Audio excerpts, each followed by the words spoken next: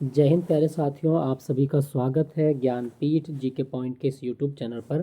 दोस्तों आइए हम शुरू करते हैं इंडियन ज्योग्राफी का एक और सेट। 20 प्रश्नों का अभ्यास करेंगे भारतीय भूगोल के, और ये जो 20 प्रश्न होंगे वो आपके सभी एग्ज़ाम के लिए यूज़फुल होंगे। दोस्तों मैं आपको बता दूं कि किस तरह से मेरी क्लासें अभी आ रही हैं। जैसे मॉर्निंग टाइम में स्टैटिक जीके आता है 5 से 6 बजे के बीच। 12 बजे मैं अब यूपी जीके डालता हूँ प्रीमियर लगा के, और दूसरा लास्ट में रात 9 से 9:30 के बीच में आती है मेरी ज्योग्राफी की क्लास। और ये जो शेड्यूल रहेगा वो 20 तारीख तक रहेगा। 20 तारीख के बाद ये शेड्यूल चेंज होगा। मैं आपको डे बाय डे सब्जेक्टिव के हिसाब से, जैसे हिस्ट्री की क्लास, पॉलिटी की क्लास, इकोनॉमी की class, science, sport GK, static, UP, इस तरह से मैं आपको कवर कराऊंगा। तो हर दिन मेरी बदल बदल के क्लास आया करेगी। लेकिन अभी 20 तारीख तक शेड्यूल यही रहेगा। ज्योग्राफी आपकी शाम के समय आएगी, सुबह के समय स्टैटिक जीके, और बीच में आएगा यूपी जीके। ठीक है दोस्तों, आप इनको कमांड बनाइए। और दोस्तों मैं बस आपसे एक रिक्वेस्ट करता हूँ, अगर आप मेरी क्लास पढ़ रहे हैं तो आप अपना नोटबुक ज़रूर लेके बैठें। ठीक है, आप अपनी नोटबुक लेके बैठिएगा, और जो भी चीज़ें मैं आपको बता रहा हूँ वो आप नोट ज़रूर करें। ऐसा होता है जैसे कोई नाव को अगर किसी समुद्र में या किसी नदी से पार लगाना है ना, तो उसके लिए पतवार ज़रूरी होती है। ऐसे ही ये जो नोट्स हैं वो आपकी पतवार हैं। ये जो आपका समुद्र है प्रतियोगी परीक्षाओं का, इसमें जो आपकी नाव चल रही है वो आपके नोट्स के सहारे ही पार उतरेगी। तो आप अपने नोट्स जो हैं वो प्रॉपर बनाइए। ठीक है दोस्तों, अपने आप को समय दीजिए। Invest your time your self. अपना जो समय है ना वो अपने आप पर खर्च कीजिए, किसी और के लिए आप अवेलेबल मत रहिए। कोई आपसे नाराज़ होता है, होने दीजिए, नाराज़गी क्षणिक होगी।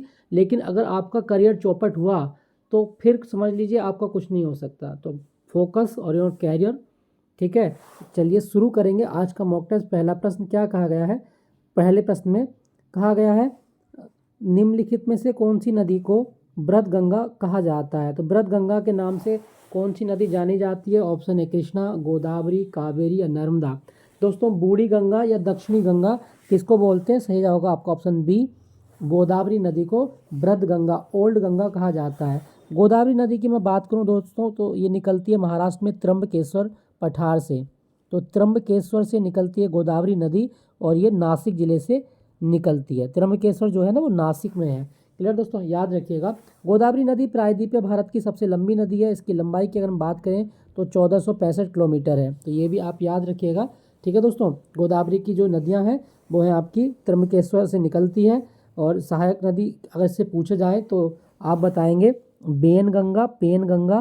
तो ये बड़ी फेमस हैं दोनों नदियाँ, बेन गंगा और पेन गंगा। ये दोनों काफ़ी एग्जाम में पूछता है।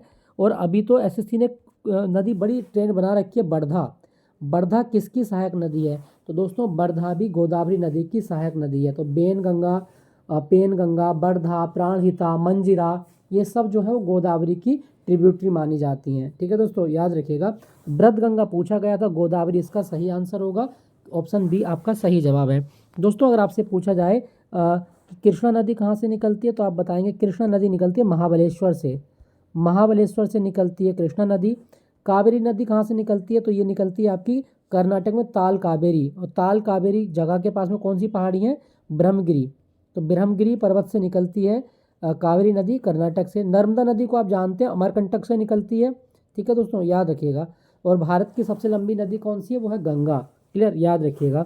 दोस्तों अगर आपसे पूछा जाए कि आप बताओ कि इन नदियों में अगर सीक्वेंस आपको लगाया जाए तो गोदावरी के बाद कौन सी नदी आएगी? तो गोदावरी के बाद कृष्णा नदी का नंबर आता है। ठीक है, याद रखिएगा। अगला प्रश्न, अमरावती, भवानी और काबिनी किसकी सहायक नदियां हैं? दोस्तों ऑप्शन है महानदी, गोदावरी, कावेरी या कृष्णा। ये जो नंबर लिखे हुए ना आप इनको फोकस मत कीजिएगा, ये टाइपिंग मिस्टेक मुझसे हो गई है थोड़ी सी, इसको मैंने ध्यान भी नहीं दिया। खैर कोई नहीं। अमरावती, भवानी और काबनी ये किसकी सहायक नदियां हैं? ऑप्शन है महानदी, गोदावरी, कावेरी या कृष्णा। तो दोस्तों इसका सही जवाब क्या होगा? ऑप्शन सी, कावेरी नदी की सहायक नदियां हैं अमरावती, भवानी और काबिनी। कावेरी नदी कर्नाटक से निकलती है, ये भी आप याद रखना, ब्रह्मगिरी की पहाड़ियों से निकलती है। और कावेरी नदी दक्षिण भारत की इकलौती नदी है जिसको सदा नीरा नदी माना गया है। सदा नीरा का मतलब है कि पूरे साल भर जिस नदी में दक्षिण भारत में पानी बहता है वो कावेरी नदी है, और इसीलिए कावेरी नदी को दक्षिण भारत की गंगा कहा जाता है। तो दक्षिण भारत की गंगा वो किसको कहा गया, तो आप बताएंगे कावेरी नदी को। ठीक है दोस्तों, याद रखिएगा। दोस्तों कावेरी नदी के बारे में ना आपसे कभी क्वेश्चन पूछा जाए तो आपको याद रखना शिवा समुद्रम जलप्रपात किस नदी पर है, तो आप बताएंगे शिवा समुद्रम जलप्रपात ये आपका कावेरी नदी पर है। ठीक है, ये आपसे पूछ सकता है। इसके अलावा कावेरी नदी पर आपको और क्या रखना है, एक बांध है कर्नाटक में अलमाटी बांध, तो अलमाटी बांध ये किस नदी पर है, तो कावेरी नदी पर, सॉरी कावेरी पर नहीं है दोस्तों, ये कृष्णा बांध है वो, कृष्णा बांध जो है कृष्णराज सागर बांध, तो कृष्णराज सागर बांध वो आपका कावेरी नदी पर है। ठीक है दोस्तों, याद रखिएगा। तो हमसे पूछा गया था अमरावती और भवानी किसकी सहायक नदियां हैं, कावेरी की नदियां हैं, और कावेरी नदी पर शिवा समुद्र जलप्रपात है, ये भी आप याद रखेंगे। कृष्णराज सागर बांध ये आपका कावेरी नदी पर है। क्लियर, याद रखिएगा। अगला प्रश्न, श्रीनगर और लेह के बीच स्थित जोजिला दर्रा किस पर्वतमाला में आता है, दोस्तों हमें बताना है कि जोजिला जो आता है वो कहाँ आता है। आपके ऑप्शन है जांस्कर श्रेणी, पीर पंजाल, लद्दाख या कराकोरम। दोस्तों अगर आपसे जोजिला दर्रा की बात की जाए तो ये आता है जांस्कर रेंज में, ऑप्शन ए आपका सही जवाब है, जांस्कर रेंज। जोजिला दर्रा ये कश्मीर को लद्दाख से जोड़ता है। ठीक है, कश्मीर को लद्दाख से कैसे, देखो श्रीनगर कहाँ पर है, वो कश्मीर में है, और लेह कहाँ पर है, वो लद्दाख में है। तो जोजिला दर्रा जो है वो जांस्कर श्रेणी में है और ये कश्मीर को लद्दाख से जोड़ता है, तो इसका सही जवाब होगा जोजिला दर्रा जांस्कर श्रेणी में है। क्लियर दोस्तों, याद रखिएगा। अगला प्रश्न, क्या कहा गया, भारत का एकमात्र सक्रिय ज्वालामुखी जिसका नाम है बैरन द्वीप कहाँ स्थित है, दोस्तों भारत का एकमात्र सक्रिय ज्वालामुखी जो बैरन है ना वो अंडमान द्वीप समूह में है, ऑप्शन बी आपका सही जवाब है, अंडमान द्वीप समूह। क्लियर, और ये कहाँ पर है, तो ये मध्य अंडमान में आता है, तो ये भी आप याद रखिएगा, मध्य अंडमान में स्थित है भारत का एकमात्र सक्रिय ज्वालामुखी। क्लियर, याद रखेंगे, आपसे पूछा जा सकता है। दोस्तों यहाँ पे लिखा गया है लक्षद्वीप, अगर आपसे पूछे कि लक्षद्वीप की राजधानी क्या है तो वह है कवरत्ती, कवरत्ती लक्षद्वीप की राजधानी है, तो ये भी आप याद रखिएगा। ठीक है दोस्तों, हमसे बैरन द्वीप पूछा गया था तो ये मध्य अंडमान में है, सही आंसर होगा आपका ऑप्शन बी मध्य अंडमान। अगला प्रश्न, भारत की मुख्य भूमि का सबसे दक्षिणी बिंदु कितने अक्षांश पर है, दोस्तों भारत की मुख्य भूमि का जो सबसे दक्षिणी बिंदु है वो कौन से अक्षांश पर है, तो सही जवाब क्या होगा, मुख्य भूमि का दक्षिणी बिंदु, सही जवाब होगा आपका ऑप्शन 8 डिग्री 4 मिनट नॉर्थ में। ठीक है, 8 डिग्री 4 मिनट नॉर्थ में। अच्छा, ये आपसे मुख्य भूमि का पूछा गया था, ठीक है, सुदूर नहीं पूछा गया था। अब आप जाने कि मुख्य भूमि का जो अंतिम बिंदु है, देखो ये भारत मान लीजिए रफली, मैं एक मैप बना लेता हूँ, मैप मैंने बनाया, ये भारत का मैप है, तो मुख्य भूमि का अंतिम बिंदु ये है, और ये क्या है आपकी कन्याकुमारी है, तो कन्याकुमारी कौन से अक्षांश पर आती है, तो आप बताएंगे 8 डिग्री 4 मिनट उत्तरी अक्षांश पर स्थित है। ठीक है दोस्तों, याद रखिएगा, कन्याकुमारी वो जगह है जहाँ पर अरब सागर, बंगाल की खाड़ी और जो हिंद महासागर है, इंडियन ओशियन है, इनका मिलन होता है। ठीक है, यहाँ से आपका अरब सागर, ये बंगाल की खाड़ी और ये आपका इंडियन ओशियन, इन तीनों का मिलन होता है कन्याकुमारी में। ठीक है दोस्तों, याद रखिएगा, आपसे पूछा गया था मुख्य भूमि का सबसे दक्षिणी बिंदु 8 डिग्री 4 मिनट, इसका सही आंसर है। अगला प्रश्न, क्या कहा गया है, प्रसिद्ध जस्ता और सीसा की जाबर खदानें किस राज्य में है, दोस्तों जस्ता और सीसा यानी कि जिंक और लेड की जो जाबर खदानें हैं वो कहाँ पर है, आपके ऑप्शन है राजस्थान, मध्य प्रदेश, छत्तीसगढ़ और उड़ीसा। सही जवाब होगा आपका ऑप्शन ए, राजस्थान में जाबर की खानें हैं और यहाँ से सीसा और जो जस्ता है वो निकाला जाता है। दोस्तों राजस्थान में सबसे फेमस खदान जो आपके एग्जाम में पूछी जाती है वो है आपकी खेतड़ी, तो खेतड़ी की खान किस लिए प्रसिद्ध है, तो आप बताएंगे तांबे के लिए खेतड़ी की खान प्रसिद्ध है, तांबे के लिए। ठीक है दोस्तों, याद रखना।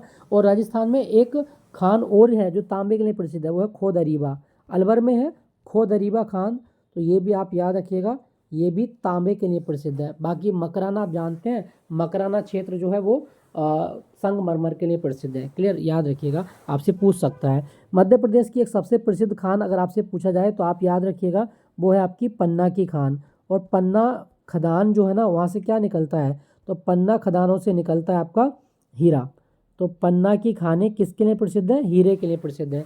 छत्तीसगढ़ की एक खान याद रखिएगा, बैलाडीला की खान, बैलाडीला, और बैलाडीला से क्या निकलता है, लोह अयस्क निकलता है, तो लोहो के लिए फेमस है बैलाडीला की खान, ये भी आप याद रखें।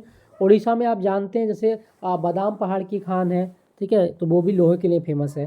प्रश्न में पूछा गया था जस्ता और सीसा की जो जाबर खदान है वो कहाँ पर है, सही आंसर होगा ऑप्शन ए राजस्थान में है। अगला प्रश्न क्या कहा गया, भारत के कितने राज्यों से कर्क रेखा गुजरती है, ऑप्शन है 6, 7, 8, 9। सही जवाब होगा आपका ऑप्शन सी 7, गलत होगा, 8 राज्यों से भारत का जो कर्क रेखा है वो गुजरती है भारत में। आप याद रखना दोस्तों वो कौन कौन से राज्य हैं, तो आप ऐसे याद रखें पश्चिम से पूर्वी की ओर, जैसे गुजरात, राजस्थान, मध्य प्रदेश, उसके बाद में छत्तीसगढ़, फिर आपका झारखंड, फिर पश्चिम बंगाल, उसके बाद त्रिपुरा और फिर मिजोरम। तो भारत के 8 राज्यों से कर्क रेखा होकर गुजरती है। दोस्तों अगर क्वेश्चन पूछा जाए कि कर्क रेखा की सबसे ज़्यादा लंबाई किस राज्य में है, तो मध्य प्रदेश में है। सबसे कम लंबाई अगर पूछे तो राजस्थान में है, ठीक है, सबसे कम लंबाई राजस्थान और सबसे ज़्यादा लंबाई मध्य प्रदेश। और मैं आपको बता दूं दोस्तों कि जो माही नदी है ना, ये कर्क रेखा को 2 बार काटती है। तो माही नदी कर्क रेखा को 2 बार काटने वाली नदी है, ये भी आप याद रखना, ठीक है दोस्तों, याद रखिएगा। हमसे पूछा गया था कितने राज्यों से गुजरती है, 8 इसका सही आंसर है। अगला प्रश्न, कौन सी नदी को बिहार का शोक कहा जाता है, तो दोस्तों बिहार का शोक किसको कहा जाता है, ऑप्शन है दामोदर, कोसी, गंडक या सोन। सही जवाब होगा आपका ऑप्शन बी, कोसी नदी को बिहार का शोक कहा जाता है। बिहार में जल प्रलय लाने के लिए ये नदी उत्तरदायी है। और कोसी नदी जो है ना ये नेपाल हिमालय से निकलती है, नेपाल हिमालय से निकलती है कोसी नदी। इसकी 3 जो धाराएं हैं, जैसे सुनकोसी, अरुण और तमोर। तो सुनकोसी, अरुण और तमोर किसकी धाराएं हैं, तो कोसी नदी की धाराएं हैं, ये जरूर याद रखना। और इस नदी को बिहार का शोक कहा जाता है। अगले प्रश्न की बात करते हैं, सियाचिन ग्लेशियर को अक्सर किस नाम से जाना जाता है, ऑप्शन है सफ़ेद मरुस्थल, तीसरा ध्रुव, बर्फीला सागर या ऊंचाई का द्वार। तो सियाचिन ग्लेशियर को कहा जाता है तीसरा ध्रुव, ऑप्शन बी आपका सही जवाब है, तीसरा ध्रुव। दोस्तों अगर आपसे पूछा जाए कि जो सियाचिन ग्लेशियर है ये कौन सी रेंज में स्थित है, तो आप बताएंगे कराकोरम रेंज में स्थित है, कराकोरम श्रेणी में स्थित है सियाचिन ग्लेशियर, ठीक है, ये भी आप याद रखिएगा। और मैं आपको बता देता हूँ कि सियाचिन ग्लेशियर के पिघलने से कौन सी नदी का निर्माण होता है, तो आप लिखेंगे नुब्रा नदी। सियाचिन ग्लेशियर जब पिघलता है तो नुब्रा नदी का निर्माण होता है, तो ये जरूर याद रखिएगा। सियाचिन ग्लेशियर दुनिया का सबसे ऊंचा युद्ध क्षेत्र है जिसपे भारत की सेना अपनी पहरा देती है, ठीक है, याद रखिएगा। तो सियाचिन ग्लेशियर इसको तीसरा ध्रुव भी कहा जाता है और ये कराकोरम श्रेणी में स्थित है। अगला प्रश्न क्या कहा गया है, भारत के किस राज्य में विश्व का सबसे बड़ा सुंदरबन डेल्टा स्थित है। दोस्तों सुंदरबन डेल्टा कहाँ पर है, आपके ऑप्शन है ओडिशा, पश्चिम बंगाल, असम या आंध्र प्रदेश। सही जवाब होगा आपका ऑप्शन बी, पश्चिम बंगाल में स्थित है सुंदरबन का डेल्टा, जो गंगा और ब्रह्मपुत्र नदी पर बना है, गंगा और ब्रह्मपुत्र। और सुंदरबन का नाम सुंदरबन क्यों पड़ा, क्योंकि एक मैंग्रोव वनस्पति होती है जिसका नाम है सुंदरी के वृक्ष। तो मैंग्रोव वृक्षों के कारण इसका नाम सुंदरबन पड़ा है, सुंदरी वृक्ष होते हैं यहाँ पे, ठीक है दोस्तों, याद रखिएगा। और सुंदरबन डेल्टा जो है ना, इसको आप याद रखना, ये दुनिया का सबसे बड़ा डेल्टा है, क्लियर, याद रखेंगे। दोस्तों जब बात डेल्टा की हो रही है, अगर आपसे पूछा जाए कि कौन सी नदी है जो पक्षी के पंजे के आकार का डेल्टा बनाती है, पंजे के आकार का डेल्टा, तो अमेरिका में एक नदी बहती है और उसका नाम है मिसिसिपी। और मिसिसिपी नदी जो है ना वो बर्ड फूड डेल्टा बनाती है, पक्षी के पंजे के आकार का डेल्टा, वो है मिसिसिपी नदी। तो ये जरूर याद रखना, आपसे पूछ सकता है। हमसे प्रश्न में पूछा गया था सुंदरबन डेल्टा, जवाब होगा पश्चिम बंगाल में, ऑप्शन बी आपका सही जवाब है। दोस्तों मैं आपको अगर बता दूं पश्चिम बंगाल में कौन सा एक है सुंदरबन टाइगर रिजर्व। और सुंदरबन टाइगर रिजर्व जो हमारे यहाँ टाइगर होते हैं ना, रॉयल बंगाल टाइगर, तो ये जरूर याद रखना, Sundarban tiger reserve royal Bengal tiger के लिए प्रसिद्ध है। तो ये आपसे पूछ सकता है, और ये सफ़ेद रंग के होते हैं बंगाल टाइगर, क्लियर, याद रखिएगा, आपसे पूछ सकता है। अगला प्रश्न क्या कहा गया, कौन सा राज्य तंबाकू उत्पादन के लिए प्रसिद्ध है जहां तंबाकू बोर्ड का मुख्यालय है। दोस्तों तंबाकू उत्पादन के लिए कौन सा राज्य प्रसिद्ध है, तंबाकू बोर्ड कहाँ पर है, तो सही जवाब क्या होगा, तंबाकू बोर्ड का मुख्यालय आंध्र प्रदेश के गुंटूर में है, गुंटूर आंध्र प्रदेश। दोस्तों अगर आपसे पूछा जाए कि भारत में आप बताओ रबर बोर्ड का मुख्यालय कहाँ पर है, रबर बोर्ड, तो आप क्या बताएंगे, तो इसका आप आंसर बताइएगा कोटायम, केरल का एक शहर है कोटायम, यहाँ पर रबर बोर्ड का मुख्यालय है। ठीक है दोस्तों, अगर आपसे पूछे चाय बोर्ड का मुख्यालय तो आप बताएंगे कलकत्ता में है चाय बोर्ड का मुख्यालय। क्लियर, ये भी आपसे पूछ सकता है। अगर आपसे पूछे रेशम बोर्ड का मुख्यालय कहाँ पर है और आपसे पूछे कॉफ़ी बोर्ड का मुख्यालय कहाँ पर है, तो कॉफ़ी बोर्ड और रेशम बोर्ड दोनों बेंगलोर में है। ठीक है, बेंगलुरु में। तो ये जरूर याद रखना, चाय बोर्ड का मुख्यालय कोलकाता में और रबर बोर्ड का मुख्यालय कोट्टायम में है। रेशम और कॉफ़ी का मुख्यालय कहाँ पर है, वो बेंगलोर में है। और तंबाकू बोर्ड का मुख्यालय वो गुंटूर आंध्र प्रदेश में है। ठीक है दोस्तों, याद रखिएगा। दोस्तों अगर आपसे पूछा जाए कि तंबाकू जो भारत में उगाया वो सबसे पहले किसने उगाया था, तो आप बताएंगे पुर्तगालियों ने उगाया था। पुर्तगाल के लोग भारत में तंबाकू को लेके आए थे, उन्हीं के द्वारा इसकी खेती की गई थी। तो तंबाकू बोर्ड आपसे प्रश्न पूछा गया था, आंध्र प्रदेश इसका सही जवाब है। ठीक है दोस्तों, याद रखना, आपसे पूछा जा सकता है। अगला प्रश्न क्या कहा गया, भारत का प्रथम बहुउद्देशीय नदी घाटी प्रोजेक्ट कौन सा है। दोस्तों बहुउद्देशीय नदी घाटी का मतलब क्या है कि भारत में ये जो बांध बना इससे बहुत सारे उद्देश्यों की पूर्ति की जा रही थी। बिजली बनाना, सिंचाई करना, ठीक है, और जो नहरें बना के खेतों की सिंचाई हो गई, इसके अलावा मछली पालन हो गया, और पीने के पानी की व्यवस्था होनी है इसमें। तो बहुउद्देश्य मतलब बहुत सारे उद्देश्यों के लिए ये नदी घाटी परियोजना भारत में विकसित की गई। तो भारत की पहली नदी घाटी परियोजना का नाम था दामोदर घाटी परियोजना। दामोदर घाटी परियोजना की अगर हम बात करते हैं दोस्तों, तो ये 7 जुलाई 1948 को स्थापित की गई थी और इसका उद्घाटन भारत के तत्कालीन प्रधानमंत्री श्री पंडित जवाहरलाल नेहरू द्वारा किया गया था। ठीक है दोस्तों, याद रखिएगा, जो अंतरिम प्रधानमंत्री थे हमारे, उनके द्वारा ये उद्घाटन हुआ। और ये दामोदर घाटी परियोजना झारखंड और पश्चिम बंगाल के बॉर्डर पर है, झारखंड और पश्चिम बंगाल के बॉर्डर पर। क्लियर, याद रखिएगा। आपसे पूछा जा सकता है कि भारत की पहली बहुउद्देशीय नदी घाटी परियोजना वो थी दामोदर घाटी परियोजना। और ऐसा कहा जाता है कि जो परियोजना है ना, वो अमेरिका की टेनेंसी वैली घाटी परियोजना के मॉडल पर आधारित है। तो ये भी आपसे क्वेश्चन पूछ सकता है कि भारत में कौन सी नदी घाटी परियोजना अमेरिका की टेनेंसी घाटी परियोजना के मॉडल पर आधारित है, तो जवाब होगा दामोदर घाटी परियोजना। क्लियर, याद रखिएगा। अगला प्रश्न दोस्तों यहाँ पर लिखा गया रिहंद बांध। रिहंद बांध कहाँ पर है, तो आप बताएंगे सोनभद्र जिले में। उत्तर प्रदेश का एक जिला है सोनभद्र, वहाँ पर स्थित रिहंद बांध। और रिहंद बांध का दूसरा नाम क्या है, आप बताइएगा। इसको गोविंद बल्लभ पंत सागर बांध भी कहा जाता है। क्लियर, याद रखिएगा।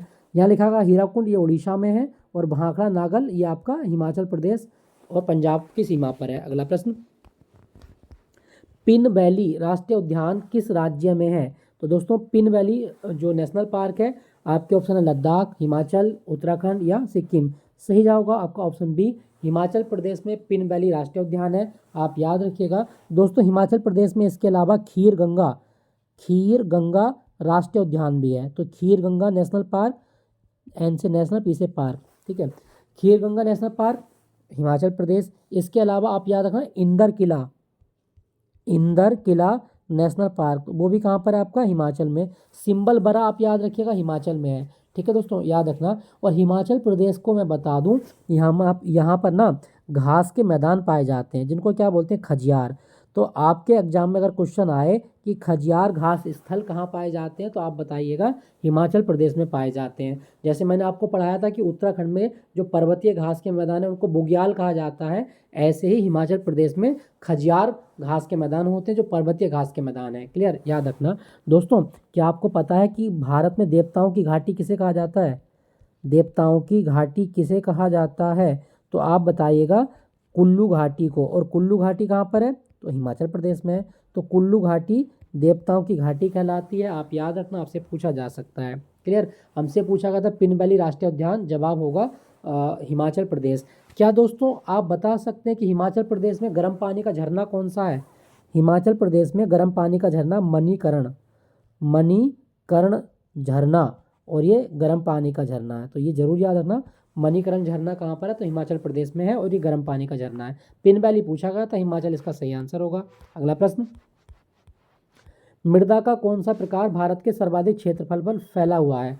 दोस्तों भारत में सर्वाधिक किस मिट्टी का विस्तार है, आपका सही जवाब क्या होगा, ऑप्शन है काली मिट्टी, जलोढ़, लाल मिट्टी या लेटेराइट। सही जवाब होगा आपका ऑप्शन बी, जलोढ़ मिट्टी। भारत के 40 से 45% भाग पर जलोढ़ मिट्टी का विस्तार है।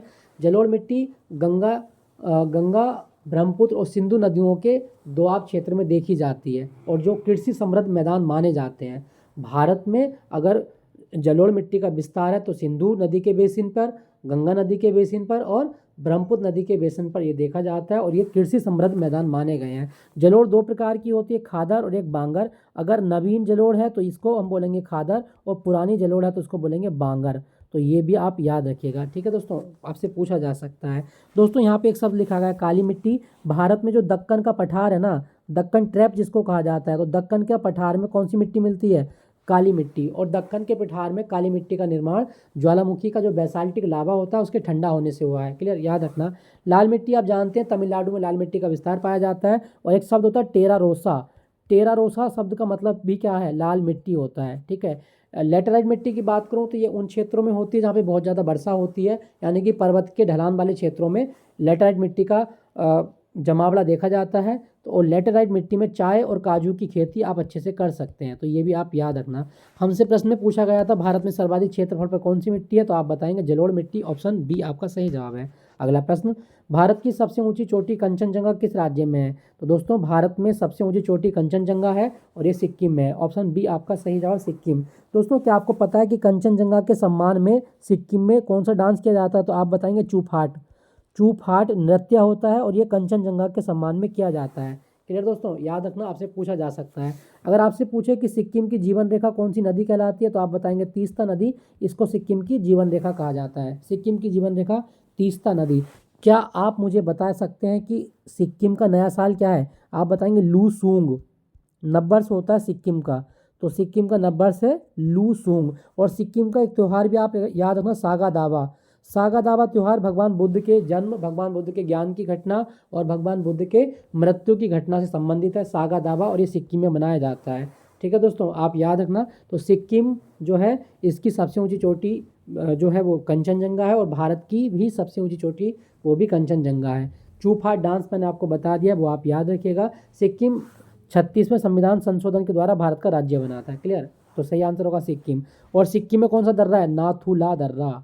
नाथुला दर्रा, ठीक है, ये भी आप याद रखना। अगला प्रश्न, अमृत सरोवर मिशन के तहत भारत का पहला सरोवर किस राज्य में बनकर तैयार हुआ था? तो दोस्तों अमृत सरोवर की मैं बात करूं तो भारत में जो पहला अमृत सरोवर बना वो बना था उत्तर प्रदेश में और रामपुर में। रामपुर में कहाँ पर? तो जवाब होगा पटवई। एक गांव है पटवई, पटवई या पटवाई जो भी है आप याद रखना। तो भारत का पहला अमृत सरोवर ये रामपुर में बना था, पटवई में। दोस्तों भारत सरकार अमृत सरोवर पहल लेके आई थी, एकदम बेकार पहल जिसको हम कह सकते हैं, सिर्फ सरकारी पैसे की लीपापोती इस योजना में की गई, कोई किसी को कोई लाभ नहीं। आज वर्तमान स्थिति देखिएगा अमृत सरोवर की, सब में सड़ा गला पानी ही मिलेगा आपको, मच्छर पनपते दिखाई देंगे। तो ये सब बस हवाई बातें थी सरकार की, बाकी इसमें कुछ नहीं था। अगर आपके गांव में भी बना होगा कोई अमृत सरोवर तो 6 महीने तक तो बड़ी अच्छी कंडीशन होगी, लेकिन अब इनको कोई पूछने वाला नहीं है। खैर प्रश्न है तो आपसे पूछा गया, आप इसको याद रखिएगा जीके के तौर पे, लेकिन कंडम योजना है एकदम, ठीक है, बेकार एकदम इसको बोलते हैं। तो अमृत सरोवर मिशन कहाँ बना था? पहला जवाब होगा उत्तर प्रदेश के रामपुर में। अगला प्रश्न, भारत का कौन सा द्वीप मूंगा चट्टानों से निर्मित है? तो दोस्तों कोरल जो भारत में मिलते हैं ना, कोरल, वो मिलते हैं लक्षद्वीप में। सही आंसर होगा आपका ऑप्शन बी, लक्षद्वीप। लक्षद्वीप में कितने द्वीप हैं? तो आप बताएंगे 36 द्वीपों का समूह है और लक्षद्वीप का एरिया कितना? 32 वर्ग किलोमीटर है। 32 वर्ग किलोमीटर। इसकी राजधानी क्या है? कवरत्ती है, कवरत्ती। लक्षद्वीप की राजधानी कवरत्ती। और लक्षद्वीप का हाईकोर्ट कहाँ लगता है? केरल में लगता है। क्लियर। अगला प्रश्न क्या कहा गया? लखवार जल विद्युत परियोजना किस नदी पर है? तो लखवार जल विद्युत परियोजना उत्तराखंड में और ये यमुना नदी पर है। ऑप्शन बी आपका सही जवाब है, यमुना नदी पर है लखवार जल विद्युत परियोजना उत्तराखंड में। अगला प्रश्न दोस्तों यहाँ पे लिखा गया है सतलज। सतलज नदी पर एक बांध याद रखना, नाथपा झाकरी। नाथपा झाकरी बांध किस नदी पर है? तो आप बताएंगे सतलुज नदी पर है और ये हिमाचल प्रदेश में है, हिमाचल प्रदेश। झेलम में मैंने आपको बता दिया तुलबुल। तुलबुल बांध जो जम्मू कश्मीर में वो किस नदी पर है? तो झेलम पर है। अगला प्रश्न, कौन सी दो नदियां हैं जो अपना जल, अच्छा ये कह रहा है कि नर्मदा और तापी नदियां अपना जल कहाँ गिराती हैं? दोस्तों नर्मदा और तापी दोनों अरब सागर में गिरती हैं, खंबात की खाड़ी में गिरती हैं। नर्मदा नदी निकलती है अमरकंटक से और ताप्ती नदी निकलती है सतपुड़ा से। तो ये आप याद रखना, नर्मदा और तापी ये दोनों नदियां खंबात की खाड़ी में जाकर अपना मुहाना खोलती हैं और दोनों नदियां डेल्टा नहीं बनाती हैं। क्या बनाती हैं? एस्चुरी बनाती हैं। तो एस्चुरी बनाने वाली दो नदियां कौन कौन सी हैं? एक नर्मदा और एक तापी। क्लियर, याद रखिएगा। अगला प्रश्न, भारत के कुल भौगोलिक क्षेत्रफल का कितना प्रतिशत वन क्षेत्रफल है? और रिपोर्ट कौन सी है? ISFR report. ठीक है, आपको बताना है कि कितना है, तो आपको लेटेस्ट वाली रिपोर्ट बतानी है। तो इंडियन स्टेट फॉरेस्ट रिपोर्ट 2023 के अनुसार भारत के कुल भौगोलिक क्षेत्रफल का 21.71% जो है ना वो वन क्षेत्रफल है, 21.71। तो आप याद रखना, सबसे ज़्यादा वन कहाँ मिलते हैं? तो मध्य प्रदेश में, दूसरे नंबर पे अरुणाचल प्रदेश में, और तीसरे नंबर पे छत्तीसगढ़। तो भारत में सबसे ज़्यादा वन मध्य प्रदेश में पाए जाते हैं। ठीक है दोस्तों, याद रखिएगा, आपसे पूछा जा सकता है। दोस्तों अगर आपसे मैं पूछूं कि दुनिया में कौन से वन है जिनको धरती का फेफड़ा कहा जाता है? लंग्स ऑफ द अर्थ, धरती का फेफड़ा कहा गया है किसको?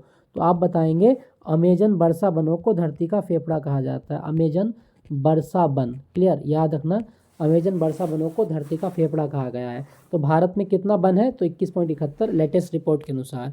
तो दोस्तों ये था मॉक टेस्ट, 20 प्रश्नों का अभ्यास मैंने इसमें आपको करवाया था। ये सेशन आपको अच्छा लगा तो इसको शेयर कीजिएगा अपने दोस्तों के साथ में। और दोस्तों व्यूज़ मेरे थोड़े कम रहते हैं, लगभग 100-200 व्यूज़ ही आ पाते हैं, लेकिन आप इनको शेयर कीजिएगा सभी दोस्तों के बीच में, तो हो सकता है कि व्यूज़ बढ़ें आपके। ठीक है, मैं आपके लिए नए से नए मॉक टेस्ट लाता रहूँगा, और मैं आप सुबह मिलूँगा आपसे स्टडी जीके के मॉक टेस्ट के साथ में। Thank you for watching Gyanpeeth G K point.